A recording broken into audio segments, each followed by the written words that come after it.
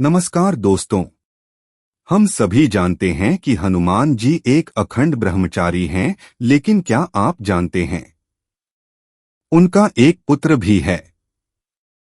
जी हाँ, कहा जाता है कि हनुमान जी को पसीने की एक बूंद से पुत्र प्राप्त हुआ था और उस पुत्र का नाम था मकरध्वज। लेकिन सवाल ये है, क्या ये सच है या सिर्फ एक पौराणिक कथा? आज हम इस रहस्य को पूरी गहराई से समझेंगे। एक दिन हनुमान जी नदी किनारे पानी पी रहे थे। तब उनके शरीर से पसीने की एक बूंद समुद्र में गिरी। उसी समय एक मगरमच्छ ने उस बूंद को निगल लिया।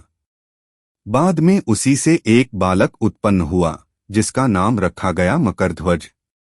जब श्री राम और लक्ष्मण को अहिरावण पाताल लोक ले गया, तब हनुमान जी पाताल पहुंचे और वहां द्वार पर एक वीर योद्धा से उनका सामना हुआ। वो योद्धा था मकरध्वज और उसने स्वयं को हनुमान जी का पुत्र बताया। लेकिन वैज्ञानिक दृष्टि से क्या ये संभव है? अब यहाँ सबसे बड़ा प्रश्न उठता है। हम जानते हैं कि किसी भी जीव के जन्म के लिए स्पर्म की आवश्यकता होती है। तो क्या केवल पसीने से संतान संभव है? आधुनिक विज्ञान के अनुसार नहीं। पसीना केवल शरीर का जल और लवण होता है, उसमें स्पर्म नहीं होता। तो फिर इस कथा का अर्थ क्या है?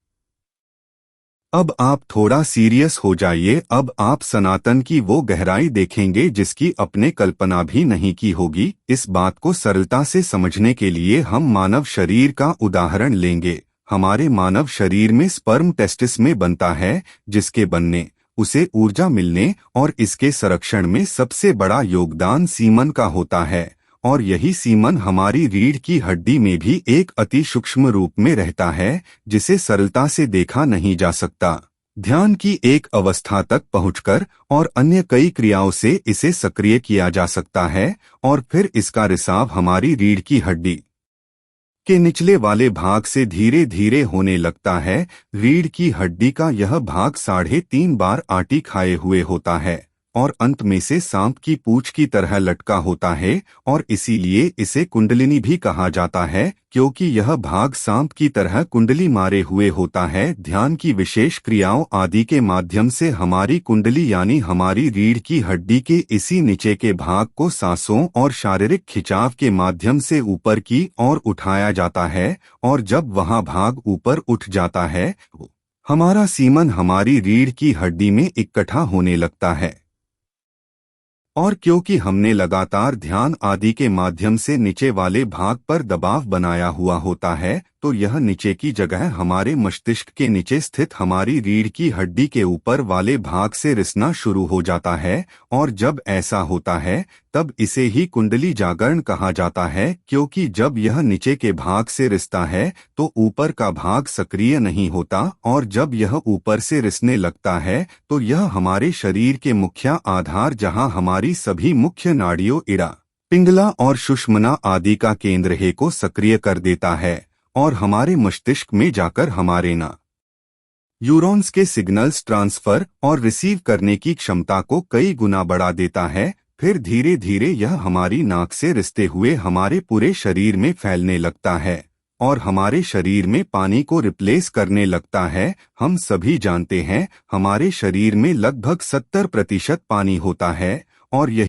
मस्तिष्क से सिग्नल्स हमारी रीढ़ की हड्डी तथा फ्रंट और बैक रिसेप्टर्स आदि के माध्यम से हमारे शरीर के अंगों आदि तक पहुंचते हैं और पानी के हमारे शरीर में घर्षण आदि से ही हमारे शरीर में स्टैटिक एनर्जी बनती है।